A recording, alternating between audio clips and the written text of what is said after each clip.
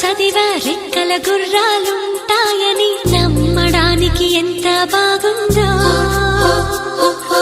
బాలమిత్ర కథలో చదివా పగడపు దీవులు ఉంటాయని